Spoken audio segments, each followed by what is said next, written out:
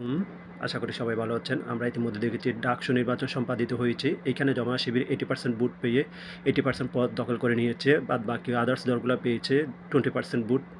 আ এখানে আমরা সবাই মনে করেছিলাম জমা শিবির আর বিএনপির মধ্যে হাড্ডাহাড্ডি লড়াই হবে। সেটা না হওয়ার বেশ কিছু কৌশল আছে। জমা শিবিরের রাজনীতি আর বিএনপির রাজনীতির মধ্যে বিশাল তফাৎ রয়েছে। জুলাই অভ্যুত্থানের পর থেকে জামায়াত শিবির কখনো ট্যাগের রাজনীতি কিংবা অন্যান্য দলগুলোর সাথে রেষারেষিতে যায় নাই। বাট যেখানে বিএনপি ছাত্রদল রেষারেষি ছিল। বিএনপির উচিত ছিল সবার সাথে লিয়াজোগ করে প্রধান শক্তি হিসেবে, দেশের প্রধান শক্তি হিসেবে সামনের দিকে এগিয়ে যাওয়া। সেটা বিএনপি করতে পারল না। বিকজ আপনারা আরও দেখুন জামায়াত শিবির অফলাইন, অনলাইন দুটাতেই আছে। বিএনপি কিন্তু অনলি অফলাইনে। কিছুদিন আগে আমরা দেখেছি বিএনপি সাইবার দল নামে একটি দল হয়েছে।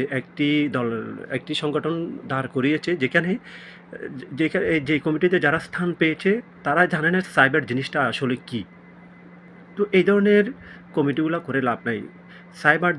সাইবার সংগঠন নামে যে সংগঠনটা আপনারা তৈরি করেছেন ওইখানে যারা জানে সাইবার জিনিসটা কী, সাইবার আক্রমণটা কী, সাইবারকে নিজেদের কৌশলে আনতে হলে কী ধরনের লোক সেইখানে নিয়োজিত করতে হবে, সেগুলো তাদের জানা নেই। তারা অথচ ধরে পদের মধ্যে বসিয়ে দিয়েছে। জুলাই অভ্যুত্থানের পর থেকে জামাতের আমির, বিশেষ করে সাংবাদিক ইলিয়াস, পিনাকি, মিনাফারা এদের যে ইউটিউবের সাংবাদিকগুলা যে ধরনের খোঁজখবর নিয়েছে তাদেরকে যে সম্মানের পদে আসীন করবে বলেছে, তারা বিএনপি সেটা করে নাই। বিএনপি তাদেরকে প্রতিদ্বন্দ্বী মনে করতেছে এখনো। বিএনপির উচিত প্রত্যেক সাংবাদিকগুলাকে নিয়ে বিশেষ করে ইউটিউব সাংবাদিকগুলা দেশের রাজনীতিতে এখন বিশেষ অবদান রাখতেছে।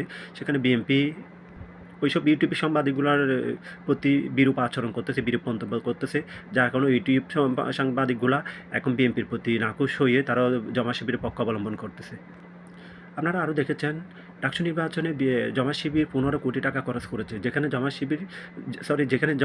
বিএনপি তার জামায়াত শিবিরের 3 ভাগের 1 ভাগও খরচ করে নাই। অ্যাকচুয়ালি বিএনপির উচিত এখনই জামায়াত শিবির থেকে শিক্ষা নেওয়া।